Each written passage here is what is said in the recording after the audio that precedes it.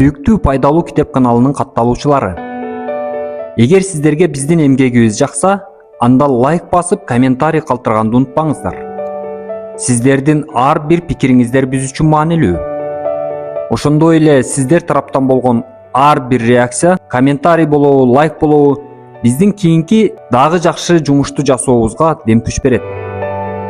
Урматтуу биздин жалпы угармандар, эгер сизге пайдалуу китеп каналындагы аудио китептер жаккан болсо, анда тааныштарыңыз менен бөлүшүп, жакындарыңызга жиберүүнү унутпаңыз. Бул китептер сиздин жана сиздин тааныштарыңыздын жашоосун жакшы жакка өзгөртөт деп терең ишенебиз. Биз менен болгонуңуздар үчүн ар бириңиздерге терең ыраазычылык билдиребиз.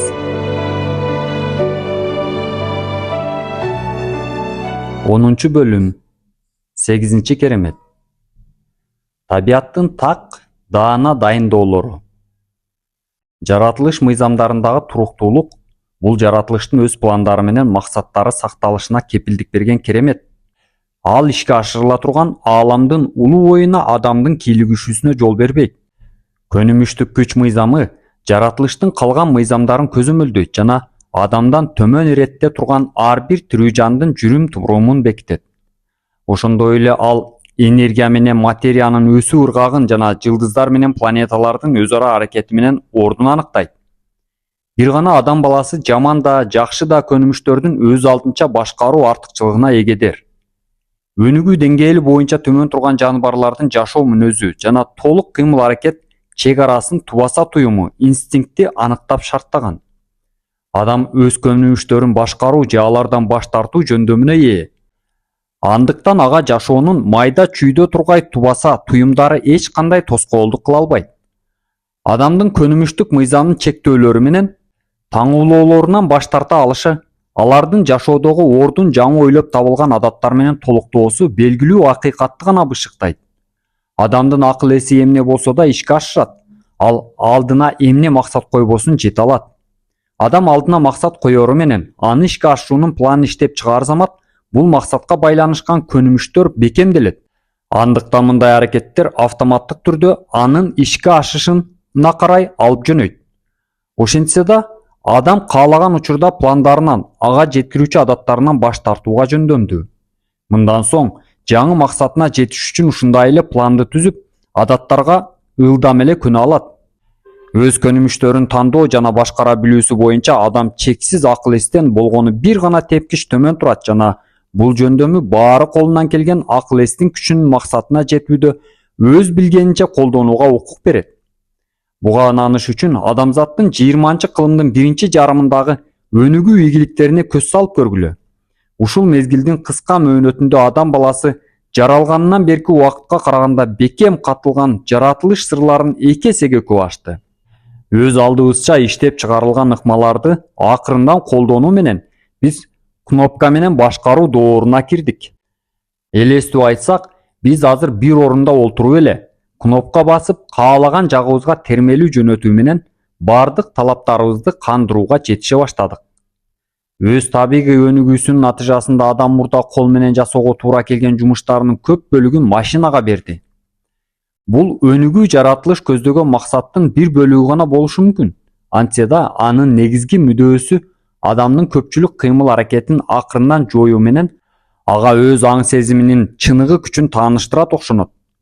Ушинтип жүрүп олтуруп, качан гана кол эмгегине зарылдык жаралбай калганда адамга мындан дагы терең изилдөөлөрдү жүргүзүүгө жана интеллектуалдык күч-кубаттын колдонууга убакыт табылат. Бул учурда ал төмөндөгүдөй деп Иисус күткөн кереметтерди жарата аларына көзү жетет. Меникине караганда иштериң алда канча улуу болот. Космос мейкиндигиндеги жылдыздар, планеталар жана тумандуулуктар бири-бири менен байланышта айланып, көнүмүштүк мыйзамынын күчү менен аныкталган иретте кыймылдашына шарт түзүлгөн. Күн, түн, жыл мезгилдери, адамдан башка бардык жандуу, жансыз заттар тең салмактуулук мыйзамын сактап, ошондой эле алдын ала аныкталган, билинип турган ыргак менен чектелип, өз огунда айлана бермекчи. Бардык жандуулардан бир гана адамга өз тагдырын алдын ала аныктоого артыкчылык берилген. Жыргап же куурап жашайбызбы, иши ийгиликтүү болобу же ийгиликсизби, бактылуу өмүр сүрөбү же бактысыз болобу өз эрки. Анын даремет күчү чексиз болгондуктан ийгиликтин дайыма билип болбойт. Эгер адамдын дагы эки артыкчылыгы азыркыдан ашыкча болгондо, Кудай менен бир деңгээлде болмок. Бул артыкчылык дүйнөгө анын өз каалоосу менен пайда болуп, жер жүзүндө каалашынча ага кызмат кылат. Адам өз жашоосундагылардын дээрлик баарын көзөмөлдөй алат, бирок тилекке каршы ал өзүндөгү бул күчү сейрек учурда гана сезип, өзүн өсүү менен дүйнөнүн өнүгүүсү үчүн колдонууга дайыма эле аракет жасабайт. Өмүрүнүн көп бөлүгүн адам жогорку күчтөрдү өзүнө кас катары жаңылыш сезип, алар менен аркан тартышмай оюн ойногон сыяктуу өткөрөт. Чындыгында алардын ниетин түшүнбөсө да коркуп, сактанып, жөн гана жаткан жайы, жылаңач калбагыдай кийими, курсак кампайтууга өп-жап тамагы бар экенине ыраазы болуп жашап жүрө берет. Сейрек гана адамдар чөйрөсүнөн бөлүнүп чыгып, аң сезимине башкаруу менен анын күчү кубатын таанып, колдоно алат. Ушундай учурларда дүйнөгө Томас Эдисон, Генри Форд, Лютер Бербанк, Александр Белл жана Генри Кайзер таанылган. Бул адамдар өзүн өзү чектөө кишинин жулук ыргытышкан. Анткени адам акыл эси эмнени эңсесе жана эмнеге ишенсе ошого жете алаарын алар түшүнүшкөн. Булар генийлерби? Ооба, анткени генийлик болгону өзүн өзү аңдоо болуп саналат. Өзүңдү бил. Эч кандай чектөөнү билбеген өзүңдүн ички мениң менен таанышта өз тагдырыңдын өкүмдары болуп кал. Жан дүйнөңдүн эч кимге башкартпаган капитаны болуп ал. Ошондо гана жан дүйнө тынчтыгына ачка болгондо тамак алып жегенде эле жетишесиңер. Адамдын негизги алсыздыгы байлыктын жолунда эмес, анын бар болсо да пайдалана албагандыгында. Адамзаттын ар бир муунунун 1% жетпегени гана дүйнөгө цивилизация жарыгын чачып, кийинкилерге жакшылык тартуулай алган. Орто деңгээлдеги ишкерлер дүйнө өнүгүүсүнө андан бетер өз салымын кошконун, мында пайда келтирген ишкерлердин пайыздык көрсөткүчү жогоруда келтирилгенден да төмөндүгүн айтсак, калыстыкка тантайбайбыз. Калгандары алар менен физикалык жактан бекем байланса да, баары бир эле акыл эси менен жан дүйнөсүн төшөп иштөөнү каалашпайт. Алар бул ишкерликтин гүлдөп өсүүсү үчүн пайда келтиргенден да зыян кылганы көбүрөөк. Табият пландары боюнча күмөндөбөйт, создуктурбайт, чыккынчылык кылбайт. Андыктан үлгү алганга, туураганга татыктуу.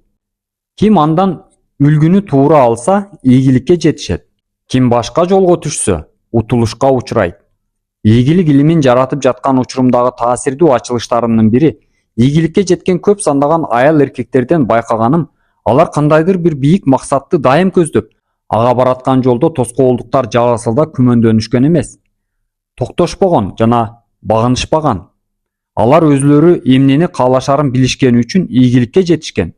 Буга бараткан жолдун планын туура түзүшкөн жана андан жеңиштүү жыйынтык чыкканча кайтышкан эмес. Жол болбостуктарга карабастан өз максатына түз багытталган ийгиликтүү адамдарга байкоо салып отуруп, качан тоскоолдуктарга учураганда багынбаган адамдарды чексиз акыл эс колдоого аларын көп байкагам. Натыйжада мындайлар жолун канчалаган кыйынчылыктар тосконуна көз каранды болбостон, дайыма ийгиликке жетишип келишкенине көзүм жеткен. Электр лампочкасын ойлоп табууда Томас Эдисон 10 миңдей жол болбостукка учураганын билгенимде, канчалаган адамдар ийгилик үчүн ушунча убараланса, дүйнөгө өзгөчө болмоктугун ойлогон. Кийин мен Эдисондун ой жүгүртүүлөрү менен өз көйгөйлөрүн чечүү үчүн колдонгон ыкмалары менен таанышканымда, бул 10 миң аны тартипке салганынан улам, өз заманынын улуу ойлоп табуучусуна айлантканын аңдагам. Сырттан караганда жол болбой калгандай сезилген окуялардын кайра-кайра уланышы акыры ийгиликке жеткирерин, өзү издеген сырдын ачылышына алып бараарын ойлоп табуучу түшүнсө керек. Анан дагы мен өзүмдүн ийгиликсиз тажрыйбаларыма негизденүү менен ар бир жол болбостук мени ийгиликке жетишүүгө шыктандырыптыр деген бүтүмгө келдим. Анда жеңилген сайын ички үнүм багынбагын деп туруктуулукка ишенимдүү түрдө чакырып турчу. Дене жана жан оорусуна жок эле дегенде бир жолу учураткан күрөш менен тигил же бул чөйрөдө ийгиликке жетсеңер, анда тишти арылатуу же оор операция болуу деген сыяктуу болбогон нерселерден мурда коркконуңарды эстеп уяласыңар. 11 бөлүм. 9 керемет. Жаратылыштын жакшы ойлонулган эсеп системасы. Ааламдык тең салмак. Бул бүткүл ааламдагы убакытты, мейкиндикти, энергияны, материяны жана интеллектини Деги эле баардыгын бирдей барабардыкта кармаган каражат. Бул мыйзам жаратылыш ар бирибизге ушундай оор да жагымдуу да тажрыйбаларды эмне үчүн баштан өткөрүүбүздү түшүндүрөт. Ал адамга кайгы менен кубанычты, каалоолору менен талаптарына ылайык тең салмакта кармоого жардам берет. Бул мыйзамды байкамаксанга салуу жөн гана мүмкүн эмес. Анткени жараткандын улуу максаты боюнча адамдын өз аң сезиминин көзөмөлдөөсүнө жана анын жакшы ниеттүү да жаман ойлуу да максаттарына багыттоосуна талаш жаратпай турган укугу бар.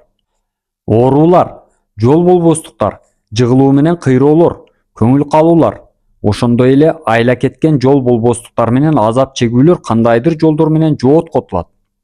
Ошондой эле алардын келип чыгуу себептерине, мүнөздөрүнө көз каранды болбостон бирдей барабардыктагы пайданын даны камтылат. Мен эч качан бул фактын белгилеп айткандан чарчабайм. Ордун толуктоо же жоготуу үчүн төлөө компенсация мыйзамы боюнча ар бир адам өзү кабылган жагымсыз жана ыңгайсыз тажрыйбадан бирдей барабардыктагы пайда табууга укуктуу.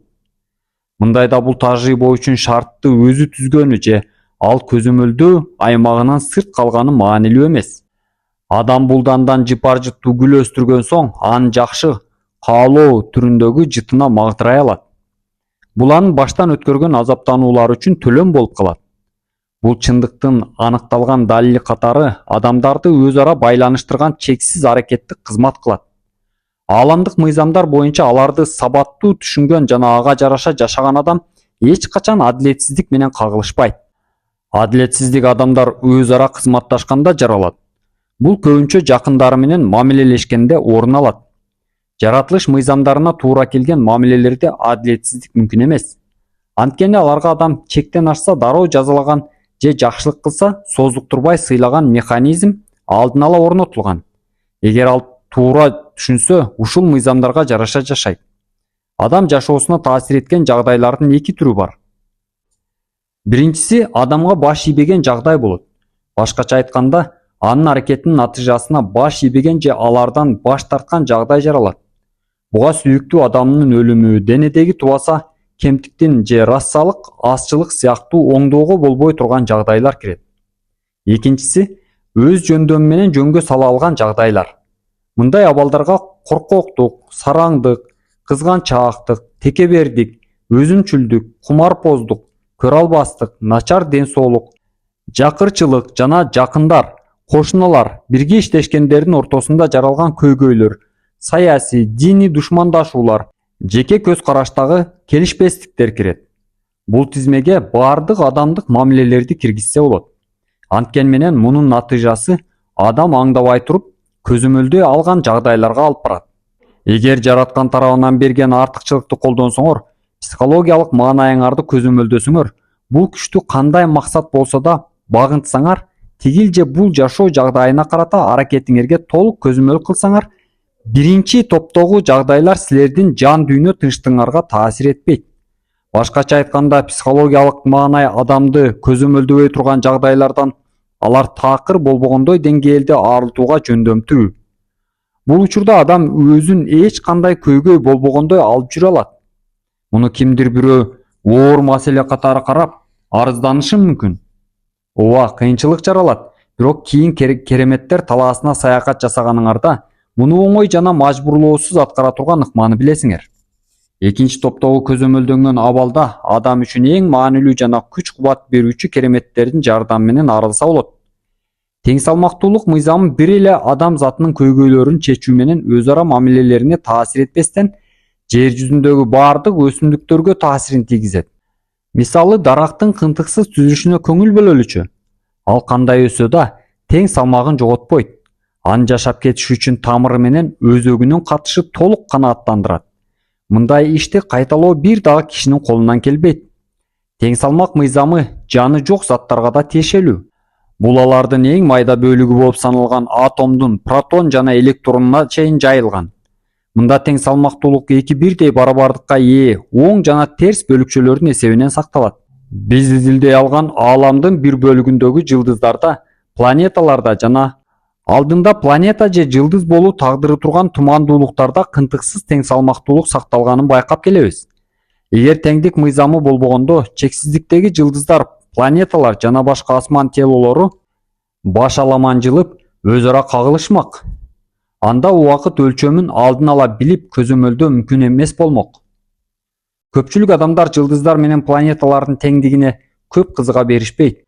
Бирок биздин жашообузга таасир эткен теңдем мыйзамынын жардамы аркылуу жагдайды колдонуп, адамдын жашоосуна пайда келтирүүгө баары кызыктар. Бул мыйзамдан пайда табуунун мыкты ыкмасы бул биринчиден аң сезимибиздин күчүнө ээ болуу менен аны көзөмөлүбүз баш ийбеген жагдайларда өзүбүзгө жагымдуу түрдө колдонуу. Экинчиден, жашообузга таасир эткен ошол эле күчтү бизге баш бербеген жагдайлардан пайдасын тийгизгидей кылып ылайыкташтыруу. Теңдөө мыйзамынын мыктылыгы анын ааламда бир нерселерди, адамдан башкасынын баарын, ааламдык ойго баш ийдирүүгө умтулганы. Анткени адам бул жана башка жаратылыш мыйзамдарынын таасирин өз каалоосу менен ыктаган жана бул үчүн керектүү бааны төлөп бере ала турган бирден бир жандуу зат. Эгер силер ар бир башталышыңарда ийгилик сырын табууга аракет кылсаңар, анда токтой турган учуруңар азыркы кез. Анан баарын тең салмактап, ортого салып ойлонуштуруп көрүп, силер издеген билимди ички үнүңөр акырын айтып бата бергенинен үмүттөнүшүңөр керек. 12 бөлүм. 10 керемет. Бардык оорулардын дарысы. Убакыт өзүнө ааламдагылардын баарын бир бүтүндүккө камтыган эфир аттуу аспабынын жардамы менен адамзатынын бардык ооруларын айыктырган улуу дарыгер. Убакыт физикалык дагы, психологиялык дагы ооруларды дарылайт. Ал бардык ишенимдерде талап кылынган натыйжаны алып келет. Убакыт акылсыз жаштыкты эс тарткан акылмандыкка алмаштырат. Убакыт жан дүйнө жаракатын жана көңүл калууларын эрдикке, туруктуулукка жана түшүнүүгө айландырат. Эгер анын кичпейилдиги менен боорукерлиги болбосо, көптөрүбүз жаш бойдон кала бермекпиз. Убакыт адамзатты тамакка айландырып, рахатына батыш үчүн талааларга дан, бактарга жемиш өстүрөт. Убакыт кызуукандуу кишилер токтолуш үчүн жана акылга таянып ойлонгонду үйрөнүш үчүн мүмкүнчүлүк берет. Убакыт ийгиликсиз тажрыйба менен каталар аркылуу өтүп баратып, жаратылыштын улуу мыйзамдарын чечмелөөгө жардам берет. Жаңылыш талдоолордон пайда табууга көмөктөшөт. Убакыт биздин эң чоң кенчтерибиздин, көрүнбөгөн байлыктарыбыздын бири. Анткени белгилүү бир жерде өткөрүлгөн ар бир ирмем, ар бир саат жана күн кайталангыс экени күмөнсүз. Убакыт боорукердиктин өкүлү. Анын арты менен биз өз күнөөлөрүбүз жана каталарыбыздан сабак алуу менен алар үчүн өкүнөбүз.